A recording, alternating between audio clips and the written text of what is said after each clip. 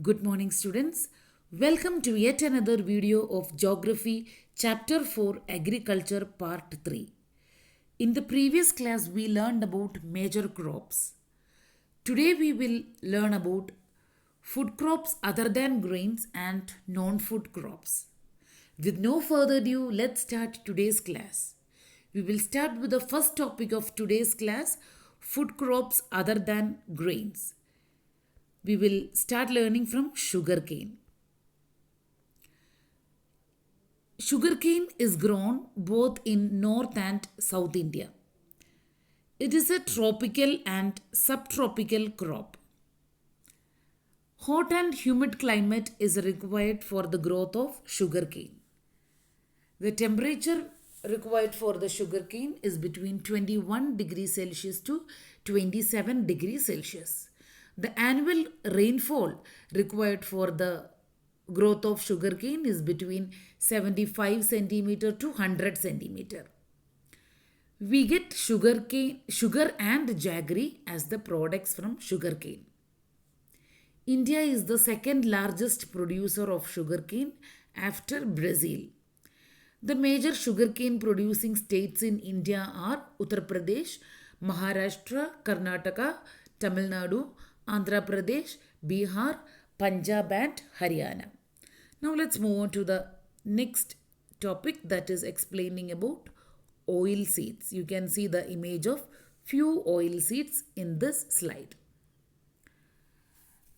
The oil seeds. Oil seeds are grown covering approximately 12% of the total cropped area of the country. It means oil seeds occupies 12% of the common area.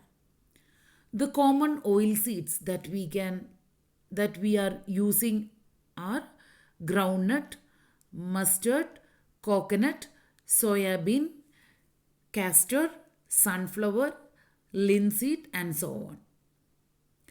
Linseed and mustard, they are rabi crops and predominantly grown in Maharashtra. Next is sesame. Sesame is a kharif crop in north and this is a rabi crop in South India.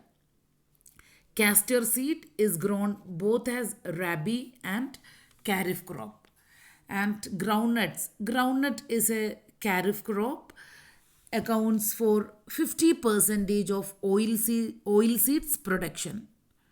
And largest production of groundnut is seen in Andhra Pradesh, followed by Tamil Nadu, Karnataka, and Gujarat. Now let's move on to the next slide, explaining about tea cultivation. Tea. Tea is a beverage crop. Tea and coffee both are beverage crops. Tea is a beverage crop introduced by the British people. India is the second largest producer of tea in the world. As per the latest analysis, India is the second largest producer of tea in the world. The first largest producer of tea is China. Tea is a best example of plantation agriculture. Tea grows well both in tropical and subtropical climates. And it requires fertile, well drained soil rich in humus and organic matters. Tea bushes require warm and moist free climate throughout the year. Frequent showers ensures continuous growth of tender leaves. Tea industry is labor intensive. The moment we look at the tea garden, we can see women or men in baskets in their back and they will be plucking the tea leaves. There are a lot of things right from the beginning till end which requires manual labor. So that is why tea industry is a labor intensive industry. The major tea producing states in India are Assam, Darjeeling in West Bengal, Tamil Nadu, and Kerala. Apart from these, Himachal Pradesh, Uttarakhand, Meghalaya, Andhra Pradesh, and Tripura are also tea producing states in the country. Now let's move on to the next slide explaining about coffee. As I said in the previous slide, coffee is also a beverage crop. The Indian coffee is known for its good quality. It needs relatively cool climate. The 4% of the world's coffee production is supplied by India. Its cultivation introduced in the Baba Budan Hills. Baba Budan Hills is a mountain range in Karnataka, exactly in Chikmagalur. It is known as a plantation crop. Like tea, coffee is also a plantation crop as well as a beverage crop. Coffee is grown in Nilgiris in Karnataka, Kerala, Tamil Nadu, Andhra Pradesh, and Odisha. The first variety of coffee, that is Arabica, came from Yemen. Coffee requires rainfall between 150 to 200 centimeter, followed by a dry season of 2 to 3 months. That is the difference between tea and coffee cultivation. So we said that for tea cultivation, we require warm and moist-free climate throughout the year, and we need good rainfall. Frequent showers is required for the growth of the tea leaves, but that much of rain is not required for the growth of coffee. So coffee requires rainfall, but that will be followed by a dry season of 2 to 3 months. So that dry season of 2 to 3 months also required for the growth of coffee. The next slide is explaining about horticulture crops. Horticulture includes fruits and vegetables. India is the second largest producer of fruits and vegetables in the world after China. India produces about 13% of the world's vegetables that are grown. India is an important producer of pea, cauliflower, onion, cabbage, tomato, brinjal, and potato. Cropping seasons varies for different fruits and vegetables. India produces tropical as well as temperate fruits. Apples, pears, apricots, and walnuts are commonly seen in Jammu and Kashmir and Himachal Pradesh. Different fruits and vegetables grow in different regions and in different seasons. Grapes of Maharashtra and Andhra Pradesh are very famous throughout India as well as throughout the world. Then we have pineapples from Meghalaya and bananas from South India and Northeast India, followed by oranges of Nagpur and Cherrapunji. Nagpur oranges are very famous. Uttar Pradesh is famous for lychee and guava. Lychee is a seasonal fruit. Mangoes of Maharashtra, Andhra Pradesh, Uttar Pradesh, and West Bengal are also famous throughout India as well as throughout the world. All these fruits from different states are in great demand all over the world. Now let's move on to the next heading highlighting about non-food crops. Non-food crops starting with rubber. Rubber is an equatorial crop. From rubber we will get latex. You can see the white color thing that is known as the latex. And that latex is used in the rubber industry. India stands fifth in the world in natural rubber production. And rubber grows well in the tropical as well as in the subtropical regions. Rubber grows well in moist, humid conditions with rainfall of more than 200 centimeter and temperature above 25 degrees Celsius. Rubber is commonly seen in southern coastal places like Kerala, Tamil Nadu, and Karnataka. And also, we can see rubber trees in Garo Hills in Meghalaya and in Andaman and Nicobar Islands. In the next slide, you can see a pie diagram highlighting the consumption of natural rubber. Moving on to the next heading, that is fiber crops. When it comes to fiber crops, there are four major fiber crops, that is cotton, jute, hemp, and natural silk. Out of these, only silk is derived from silkworm. Here you can see the picture of silkworm. And the practice of rearing silkworms is known as sericulture. Cotton, jute, and hemp all obtained from plants. So, silk is obtained from silkworm, and the other three, specifically cotton, jute, and hemp, is obtained from plants. Now, let's move on to the first one about explaining about cotton. Cotton is a kharif crop. Cotton is believed to be the original home. India is believed to be the original home of the cotton plant. Cotton is the main raw material for the cotton textile industry. As I said, cotton is a kharif crop. And India was the second largest producer of cotton after China.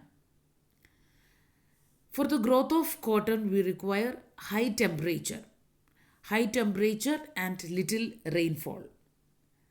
Cotton grows well in drier parts of the black soil of the Deccan Plateau. Cotton requires light rainfall or irrigation, and it requires high temperature.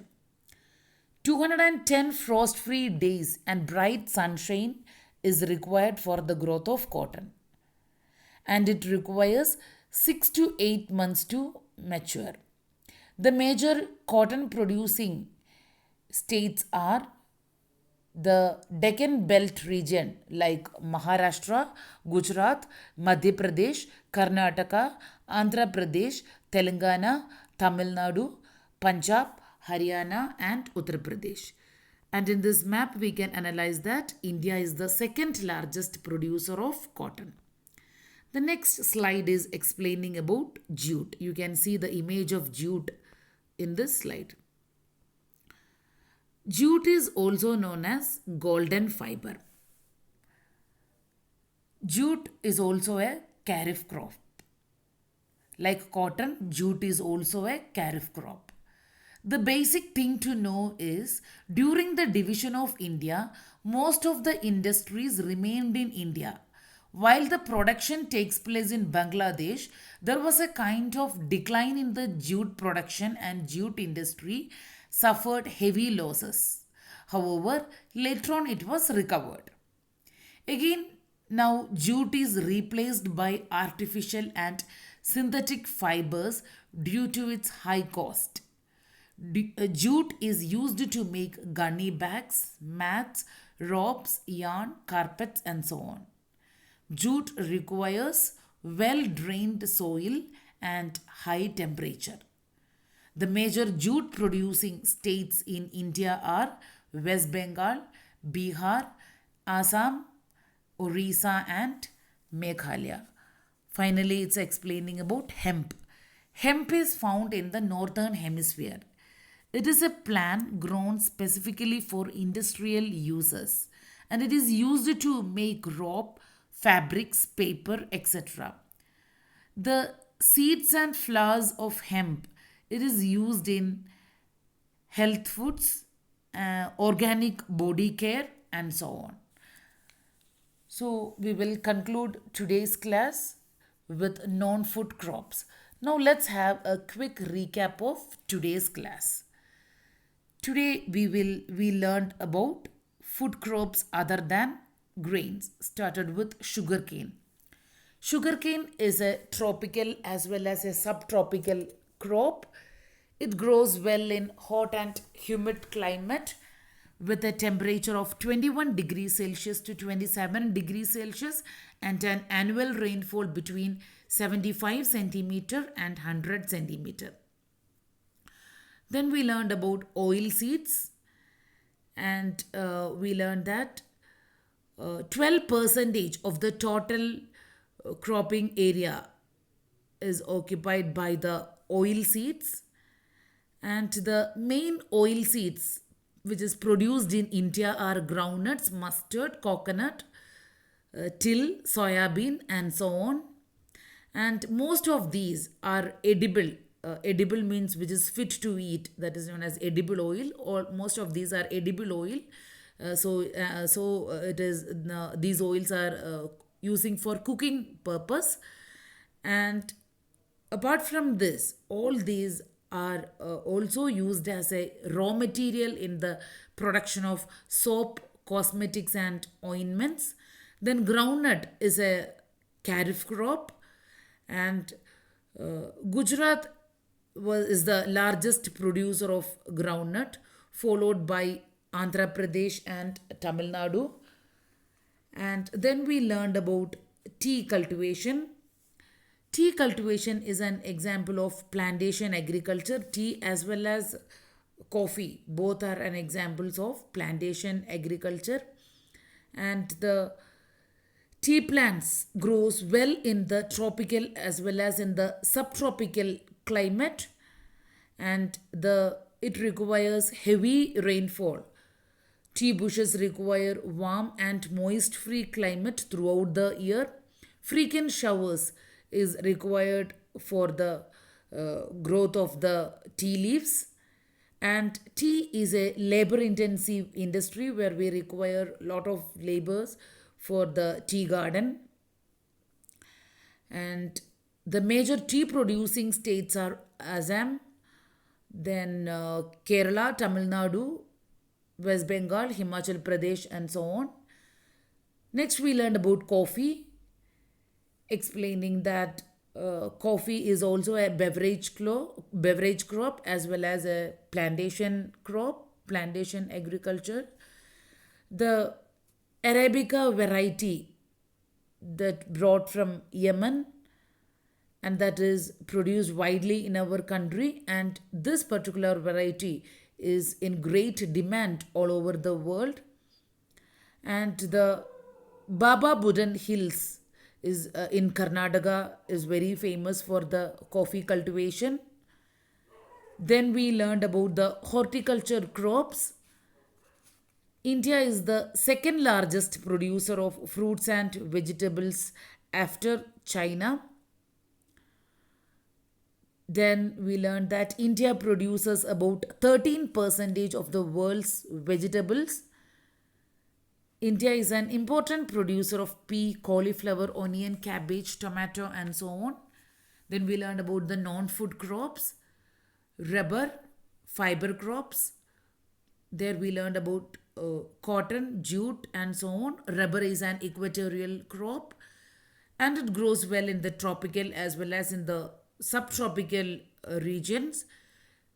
Rubber, for the cultivation of rubber, it requires moist and humid climate with rainfall of more than 200 centimeter and temperature about 25 degree Celsius.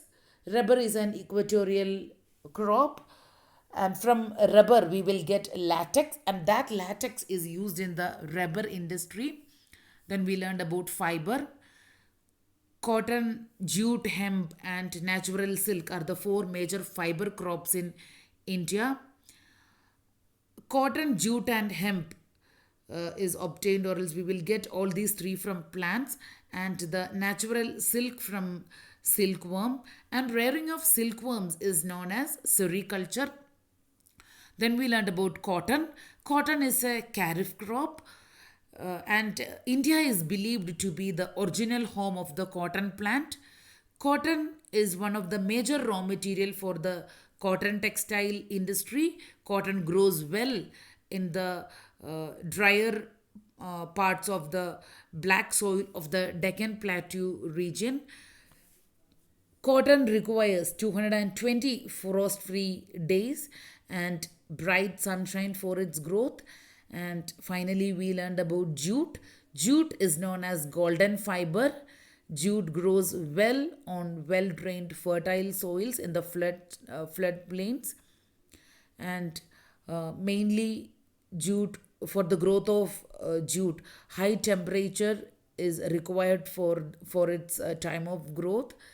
West Bengal, Bihar, Assam, Odisha, and Meghalaya are the major jute producing states. And jutes is mainly with jutes we can make gunny bags, mats, ropes, yarns, carpets, and so on. Due to its high cost, it lost its market and it was replaced by synthetic fiber. So the next part of this class, of this chapter, starting from the technological and the institutional reforms, and then explaining about food security, we will be learning in the next part and in the next video. If you have any doubts related to this chapter, you can mail at dmcsonlinequeries@gmail.com. Thank you, students. Have a good day ahead.